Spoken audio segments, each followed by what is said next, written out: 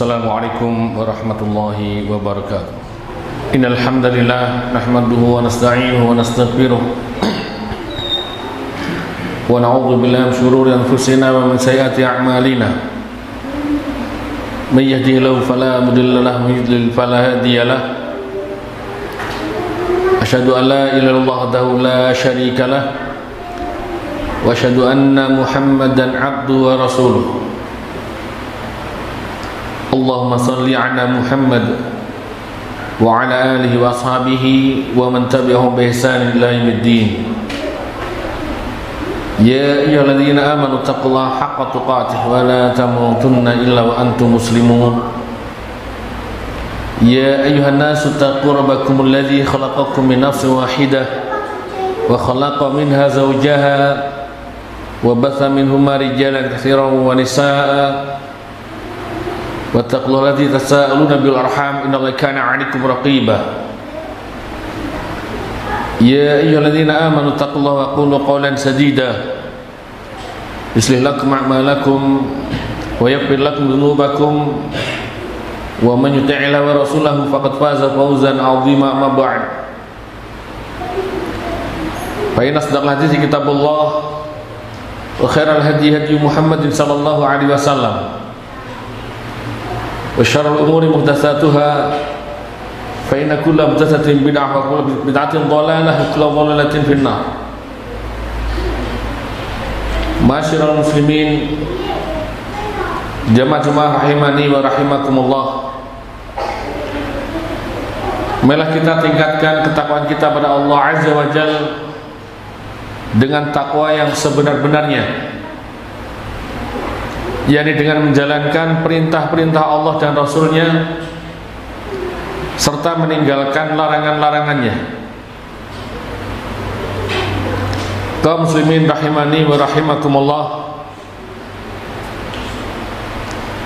dalam hadis yang sahih di dalam Sahihain, yang diriwayatkan oleh Imam Bukhari dan Muslim, Atha bin Abi Rabbah radhiyallahu anhu, beliau menuturkan, suatu ketika Abdullah bin Abbas radhiyallahu anhuma, beliau berkata kepadaku, maukah aku tunjukkan kepadamu seorang wanita penghuni surga? Maka aku menjawab, qultu bala, ya tentu. Kemudian beliau mengatakan, wanita hitam yang datang kepada Nabi itulah yang dimaksud. Kemudian Nabi SAW bersabda,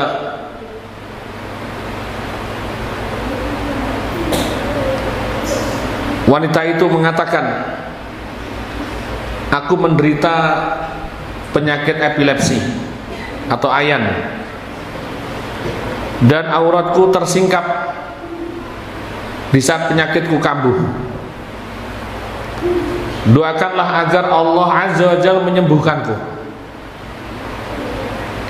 Maka Nabi SAW menjawab, jika engkau berkenan, bersabarlah, niscaya engkau mendapatkan surga. Namun jika engkau menghendaki, maka aku akan mendoakanmu agar Allah Subhanahu wa ta'ala menyembuhkanmu. Kemudian wanita itu menjawab, aku pilih bersabar. Dan dia lanjutkan perkataannya, tatkala penyakit ayanku kambuh, auratku terbuka, maka tolong doakanlah aku ya Rasulullah agar auratku tidak tersingkap. Maka Nabi SAW pun mendoakannya. Subhanallah, alangkah mulia kedudukan yang berhasil dicapai oleh wanita ini. Apa amalannya yang bisa mengantarkannya menjadi seorang wanita penghuni surga? Apakah karena dia ini wanita yang cantik jelita, yang berparas elok, ataukah dia ini adalah wanita yang berkulit putih seperti batu kualam? Ternyata tidak. Bahkan Ibnu Abbas radhiyallahu anhuma, beliau menyebutkannya sebagai wanita yang berkulit hitam legam. Dan wanita hitam itulah yang mungkin tidak ada harganya dalam pandangan mata manusia, dan tidak jarang yang mencemoohnya. Akan tetapi dia memiliki kedudukan yang tinggi, kedudukan yang mulia di sisi Allah Azza wa Jalla dan Rasulnya Sallallahu Alaihi Wasallam. Dan kecantikan iman yang terpancar dalam hatinya, itulah yang menghantarkan dia kepada kedudukan yang mulia. Dengan keimanan, ketakwaannya, keindahan akhlaknya, seorang wanita yang buruk rupa sekalipun menjelma menjadi cantik bidadari surga, menjadi cantik bidadari surga. Itu semua karena keimanan dan ketakwaan yang tertanam kuat di dalam hatinya. Dia memiliki rasa takut ketika dia bermaksiat pada Allah Subhanahu wa taala. Dan inilah yang mulai jarang ada di dalam dada manusia saat ini. Dan wanita itu mengatakan, aku menderita penyakit ayan, epilepsi. Ini menunjukkan bahwa dia tidak sadar di saat penyakit itu kambuh. Beliau meminta kepada Rasulullah Sallallahu Alaihi Wasallam akan menjadikannya orang yang sabar, memohon didoakan kepada Rasulullah Sallallahu Alaihi Wasallam. Kita tahu bahwa penyakit epilepsi ini bukanlah penyakit yang gampang atau ringan. Terlebih yang menderitanya adalah seorang wanita. Maka beban berat ditanggung olehnya. Dan banyak juga yang masyarakat menganggap ini sebagai penyakit yang hina, sehingga banyak juga yang mencemoohnya. Tapi lihat perkataan wanita ini. Apakah ada satu kata saja yang menunjukkan bahwa dia benci kepada takdir Allah Subhanahu wa taala? Apakah dia protes, mengeluh dengan apa yang dideritanya? Padahal dia memiliki beban yang tidak ringan tatkala harus menerima penyakit tersebut. Ternyata dia tidak mengeluhkan hal tersebut. Justru yang dia keluhkan adalah tatkala auratnya tersingkap di saat penyakitnya kambuh. Bukan penyakitnya, tapi dia takut tatkala auratnya tersingkap. Yang mana kita tahu hukumnya bahwasanya tatkala orang tidak sadar, dia tidak berdosa karenanya. Tapi dia tidak ingin kehormatannya tercabik-cabik oleh mata manusia.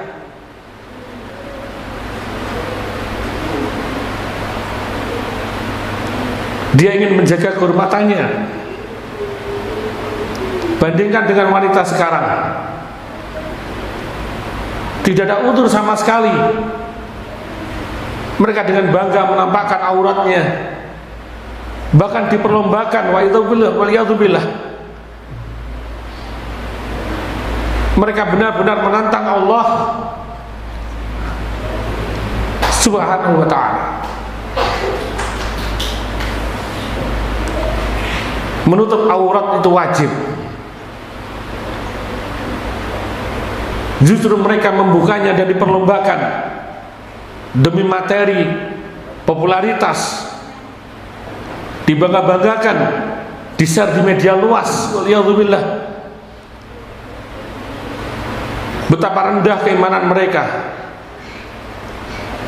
tidak memiliki sedikit pun rasa takut kepada Allah Subhanahu wa taala, tidak takut akan turun azabnya, tidak takut dicabut nyawanya. Sudah terhempas rasa malu dalam dirinya. Maka benarlah sabda Nabi sallallahu alaihi wasallam, "Idza lam tastahi fasna ma syi'ta." Jika kalian sudah tidak punya rasa malu, tentu kalian akan mengerjakan semau-maunya kalian. Innalillahi wa inna ilaihi raji'un. Kaum muslimin wal muslimat rahimani wa rahimakumullah. Ini adalah sekelumit tentang gambaran kekuatan iman seseorang dan pengaruh baiknya. Dia memiliki sifat yang terpuji. Ada rasa malu, ada khauf, bahkan khasyah. Dan sifat ini bisa mendatangkan banyak kebaikan bagi orang yang memilikinya, dan bisa membentengi agar supaya tidak terjerumus kepada perilaku yang buruk yang bisa mendatangkan murkanya. Rasulullah sallallahu alaihi wasallam bersabda, "Al-haya'u la ya'ti illa bi khairin." Sesungguhnya rasa malu itu tidak lain, hanya akan mendatangkan kebaikan. Hadis riwayat Bukhari dan Muslim dari Imran bin Husain. Dan pernah terjadi di saat ada seorang sahabat yang mengkritik saudaranya yang pemalu. Ada saudaranya yang pemalu, dikritik sama dia, ditegur oleh Rasulullah sallallahu alaihi wasallam, "Da'hu, biarkan dia. Fainal haya'a minal iman." Karena sesungguhnya malu itu adalah bagian dari iman. Hadis riwayat Bukhari dari Abdullah bin Mas'ud radhiyallahu anhu. Sidang Jumat yang berbahagia, rasa malu itu ada dua jenis. Malu kepada Allah Subhanahu wa ta'ala dan malu kepada manusia. Tatkala dia malu kepada Allah Subhanahu wa ta'ala, dia akan muncul rasa takut dalam dirinya untuk bermaksiat kepada Allah Subhanahu wa ta'ala. Dia jauhi larangan-larangannya. Totalitas, baik amalan batin maupun amalan zahir.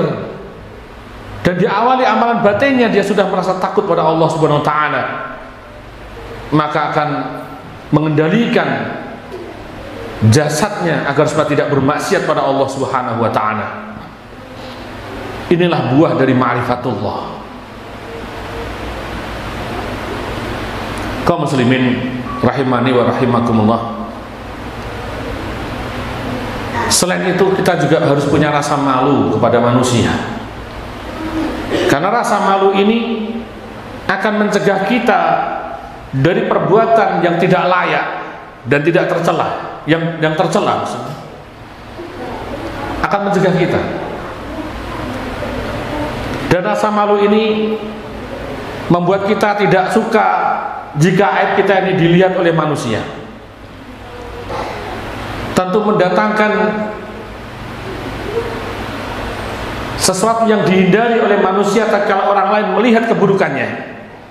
Itu karena dia masih punya rasa malu kepada manusia. Sehingga dengan rasa malu pada manusia ini, dia tidak menjadi orang yang suka menyebar fitnah, menjadi juru gunjing dan berbagai tidak maksiat lainnya yang dohir tampak oleh manusia.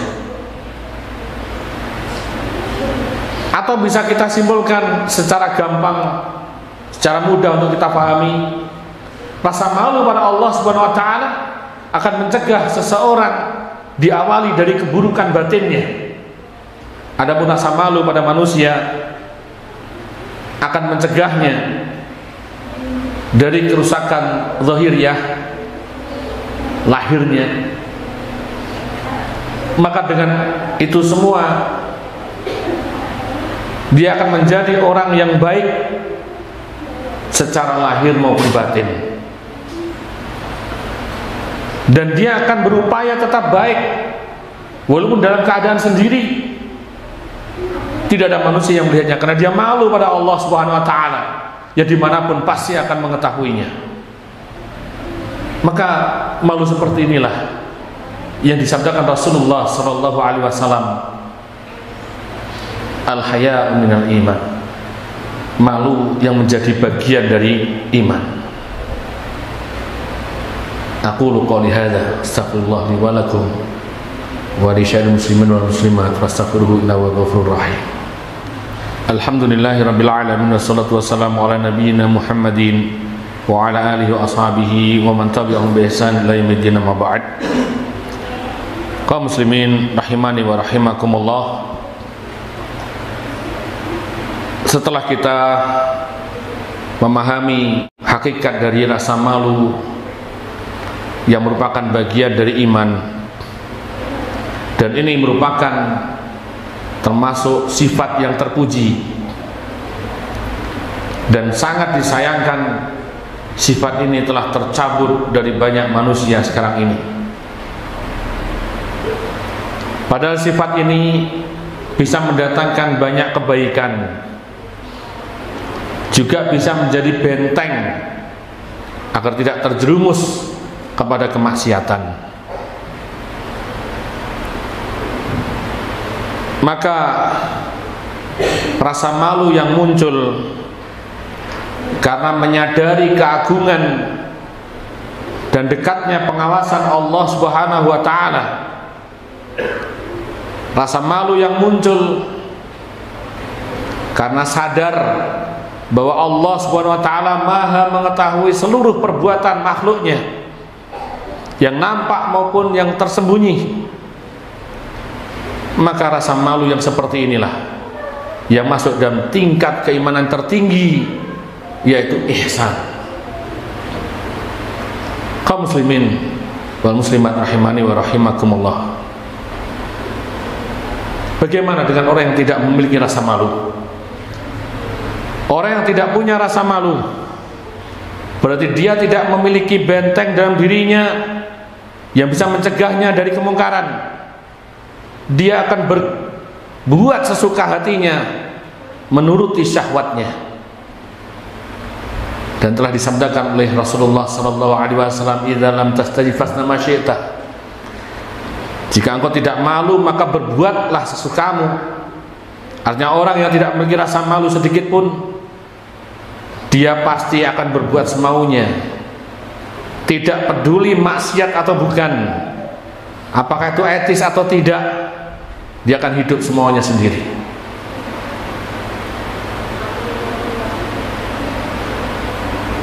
Bahkan bagi seorang suami yang tercabut rasa malunya, dia menjadi suami yang dayut,